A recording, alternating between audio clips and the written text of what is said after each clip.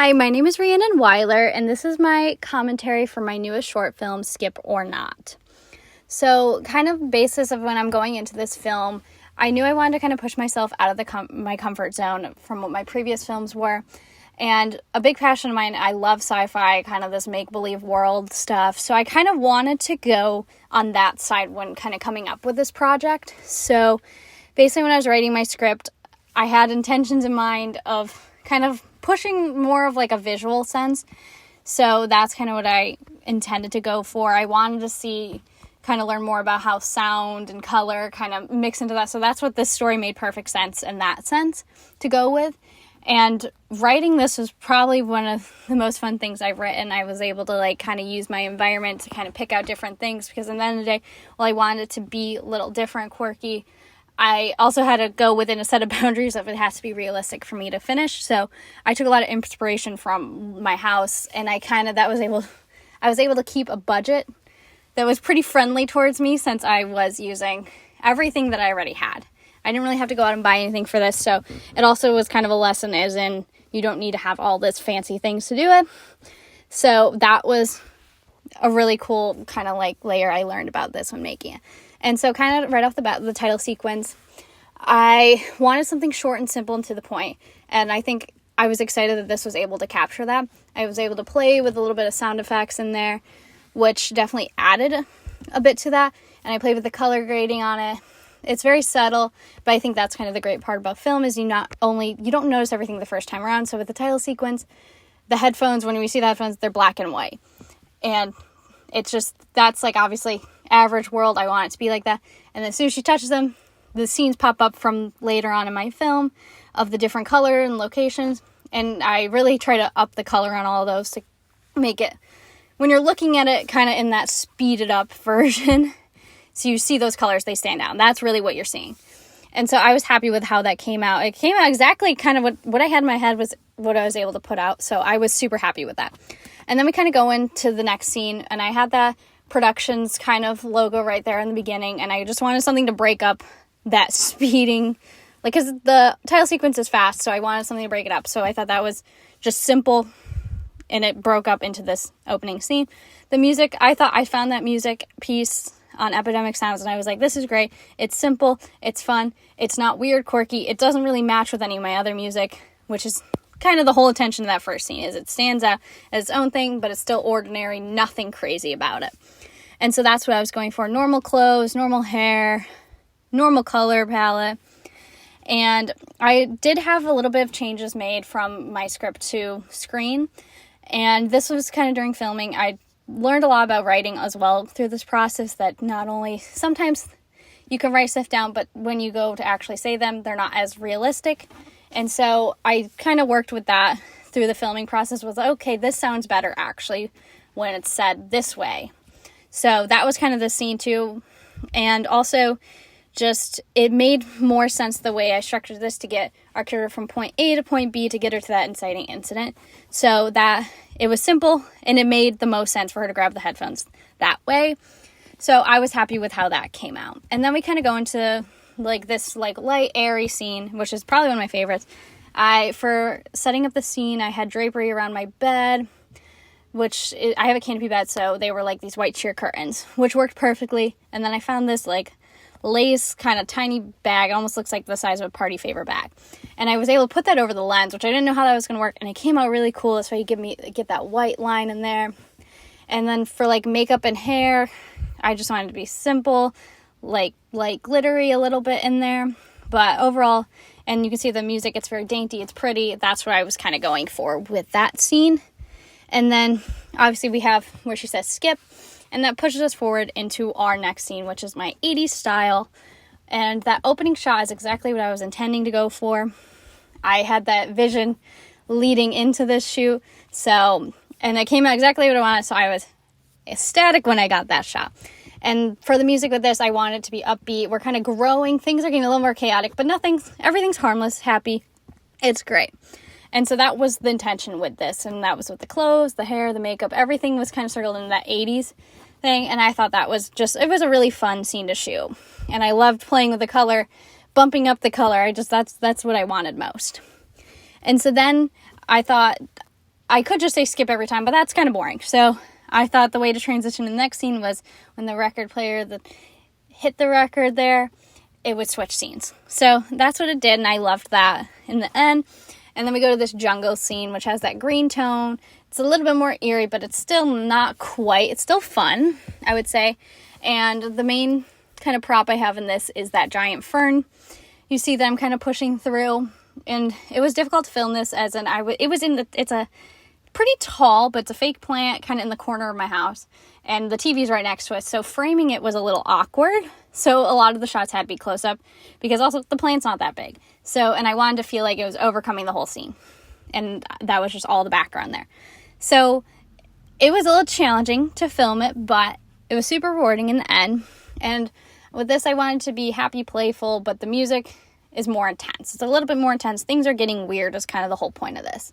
And that's why you see like the little snake, the crochet snake. I thought it was a little funny. I had this prop already, so I thought it would be a different addition because every transitional scene I wanted something like some sort of prop, something that makes it like stand out besides the acting and using the environment. And so that was my intention with that. And then I was also able to use my cat in this, and that makes like this lion roar when she meows. And I thought that was quirky, different. And I was able to incorporate my cat in there, which was fun. She's super talented. She can high five, spin. I have more shots of her that didn't quite make the cut, but she was a team player, we'll say. She got her treats and then, so she was happy. So that was just a unique, cool thing what I thought of when writing. I was like, my cat, she's pretty well behaved. She would be cool to add in there for this. She's a Bengal, so she's kind of wild looking. So that was fun. And then obviously we skip to the next scene. It's blue toned. I wanted a classical type of scene. I didn't want it too dark, but I wanted more sad, the undertone, blue color, the slow piano music, a little more sad, darker. Things are not kind of that upbeat anymore. I wanted that separation there. And the dress, I kind of wanted the 50s, 60s style. I kind of had that in my wardrobe, so I was intending on that when I wrote the scene. So I had that in mind already. And then transitionally, I wanted to use the piano to kind of move us into that next scene with the piano chords. Also with the makeup in this, I used glitter and stuff, which I think highlighted well. I had like a projection light, which I was using to cast that like blue, red, green throughout the whole thing. It has like a bunch of different color settings on there, so that reflected cool in that close-up scene. And then the piano chords transition us to the next one. The red scene kind of is that dark. I almost was going for a 90s cheesy horror style. I'm not a big horror person by any means. I don't watch horror at all. I'm easily scared, so this is my interpretation of it. And I love the scene specifically where I like whip my head around and we see me face on and they turn and the camera angle turns. And then I kind of go to that doorknob there. And the doorknob was and the door handle was more of like my prop in the scene because I didn't really have much. But I thought this would be like simple and to the point and exactly what I needed. So that played out really well. The way the light reflected on it, it was cool. It was creepy, which I was going for. This scene was shorter, I think, than I initially written it. But it worked out so well with the pacing when I was going into editing. So I was happy with that. And then kind of going on, she obviously says skip. We go into this scene, which I used the bathroom in my house for. I don't know if it comes totally across as a bathroom, but that's what it is. And like the mirror was fogged, so I like thought that would be unique to kind of swipe the scene away and you kind of reveal myself within it because I acted in this film. So this also pushed myself in terms of acting. I have never acted in my life, so this was definitely out of my comfort zone with that. So not only did I have to like frame it, which was hard to frame yourself, I actually used for most of these scenes, for like a stand-in to kind of get my focus on. I used this, I have a giant Squishmallow, if you're familiar with those, and I propped it up on a chair. So that was kind of my main way of focusing, which was different, but it worked. And so that's kind of what I did. And kind of then we go further in the scene, and I liked the idea of like having it be watery, hollow, almost feel like this kind of like dungeon like setting is what I was kind of going for. That was with the water. It just feel creepy, hollow. That's kind of what I wanted, and that like black undertone, super dark. So that was cool. It was a little bit tough in terms of acting. I've never acted, like I said, so that was the challenging part of the scene, I would think. And then the makeup, I had glitter, and it's very subtle, like dark makeup around my eyes. I had that like everywhere for the rest of the day. So that was funny little turnaround after filming. But specifically the one scene I love here, and it's kind of when I transition into from that like dark, like super like cave-like sound, which almost to me sounds very like Harry Potter like. I transition to this kind of like creepy, but it's like kind of getting upbeat and fast paced, but it's not upbeat. It's kind of like gives me like a creepy circus kind of soundtrack almost. And so I had filmed this one scene and I was like, oh, it'd be cool if I reversed. I don't know if it'll work. But I like put like a bunch of like black eyeshadow on my fingers and I wiped them down my face. And that's really what made my face all messy for like, I had makeup everywhere after that. But it was fun and it came out really cool. I was able to reverse it. And I think it's subtle and it's not something you notice unless you were to watch a bunch of times. Because it kind of comes up and then obviously the makeup disappears because it's in reverse. So I drag it down and then it's like I drag it back up and it disappears.